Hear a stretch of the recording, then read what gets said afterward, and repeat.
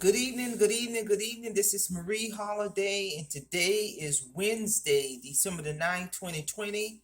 And I hope everybody had a fabulous day today. Before we get started, I just want to remind everybody to hit that subscribe button and hit that notification button, and also share my videos.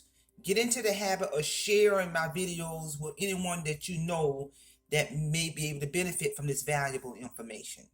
And also want to remind the audience, I have a goal for my YouTube channel, and I need everyone to help me meet this goal.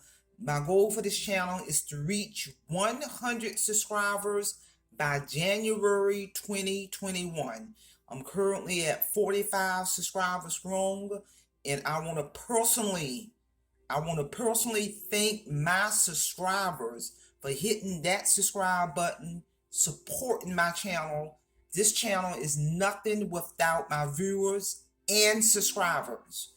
And if you are a consistent viewer who has not subscribed to my channel, please do so. So with that being said, let's get down to today's lecture.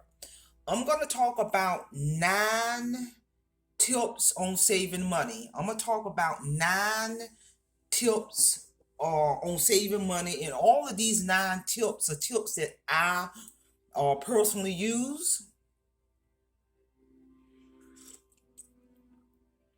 I just want to remind the audience that the whole concept, although I may talk about various topics, but I always, from time to time, gonna reel it back in and always talk about ongoing topics about finances, budgeting, money, because the whole concept of my YouTube channel is talking about holistic financial freedom.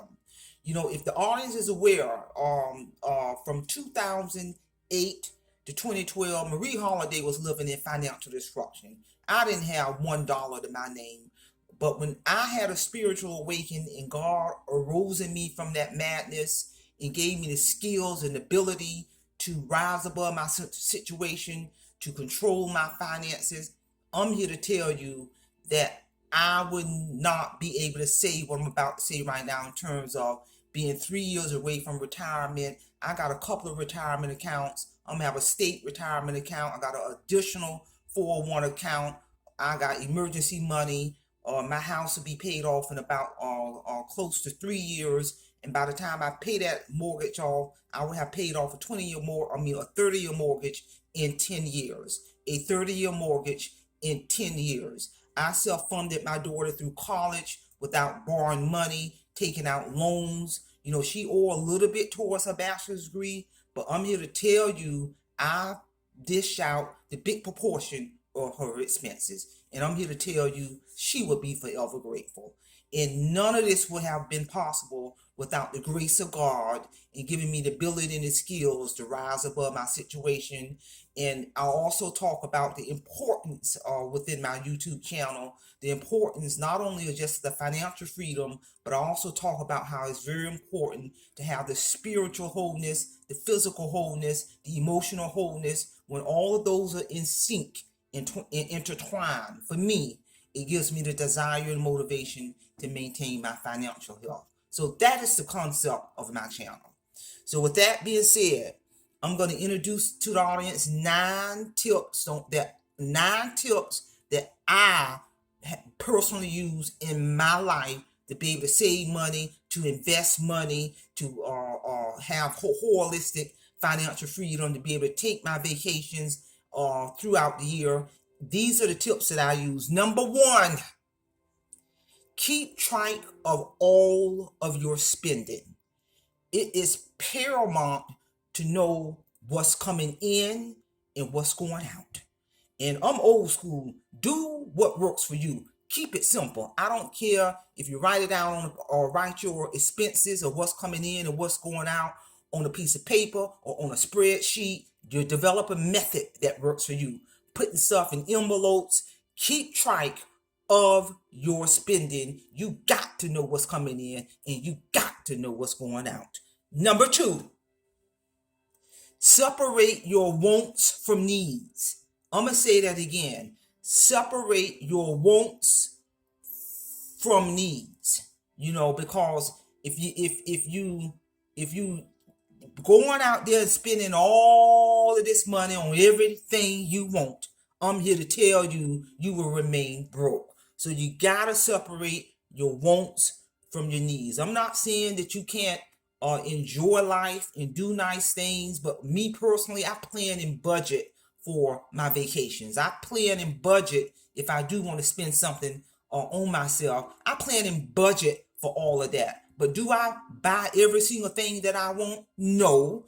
Do I take excessive vacations? No. But there's a big difference between your wants and your needs. Number 3, avoid using credit cards to pay your bills, because all you're doing is creating another bill. You ain't really paying that bill. You're creating more debt.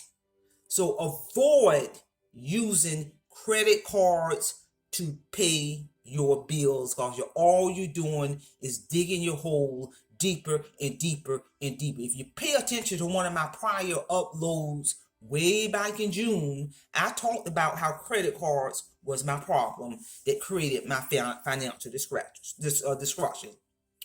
Number 4 ties into number 3. Get rid of the credit cards. That is critical. If you know how to budget your money, keeping track of your money, I'm here to tell you, you do not need credit cards. You're creating a bill, you're creating a debt unnecessarily. If you want to take control of your finances, get rid of them credit cards. I haven't owned a credit card since 2000. I deliberately got a credit card to raise my credit score, but once I accomplished that goal, I have not owned a credit card since 2014. Get rid of them credit cards. Number 5, save a certain amount of money every single month on a regular basis, no matter what. You have got to save.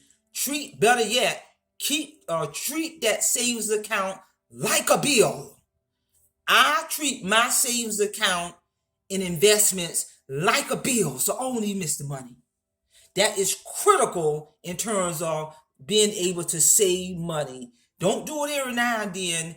Treat your savings account like a bill. At the end of the month, when I write down all my bills, the first bill that I put on top of that piece of paper is savings, because I treat my savings account like a bill no matter what. Number 6, understand the power of delayed gratification. If you want to rise above your financial situation and be able to save money, understand the power of delayed gratification. And let me break that down to you. What delayed gratification is, if from my understanding, what delayed gratification is say, for example, you want to treat yourself and maybe purchase a big ticket item. And if you got the ability to budget and save a certain amount of money over time to purchase that big ticket item when you are in a position to purchase it, versus just getting it, purchasing it on an impulsive manner. Because when you're buying stuff impulsively, then you have the tendency to spend money that you don't have. So if you got the ability to delay gratification, if it's, for example, taking a nice vacation a couple of times a year, so you're going to religiously save and budget for that vacation and do it in cash, and you ain't create no bills. Or if it's something nice you want, you're going to budget for it. You're not just going to impulsively spend and buy, impulsively take a vacation. You know you ain't planning for it. You know you ain't saved for it. So now you create more debt to take that vacation. So understand the importance of delayed gratification. And I'm going to give another example. If the audience is aware that over the past few years, I've been aggressively renovating my home without going in debt.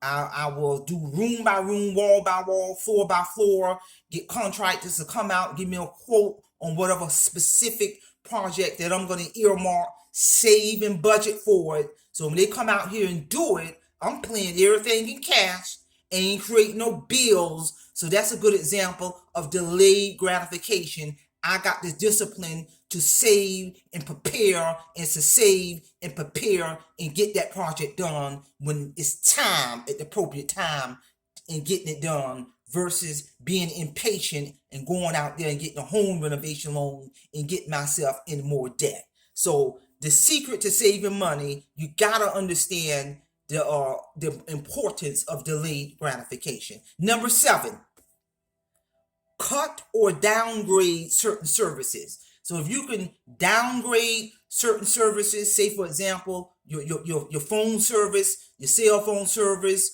or if you got a membership, all these different memberships out there that you really don't use, get rid of a lot of that stuff and recoup that money. And that'll help you be able to save and invest more. Number 8, try lowering your energy bill. You'll be surprised. A tip that worked for me, if I'm not going to keep the lights on throughout my house. If I'm not in a specific room, I'm turning those lights out. I'm not keeping those lights on in an area of my home where I'm not in there. So turn those lights out when you're not using those lights. Because I'm here to tell you, you're going to begin to see a difference in your electricity bill. And with that money that you're recouping, you're going to turn right around and pump it into your savings and retirement. Number 9,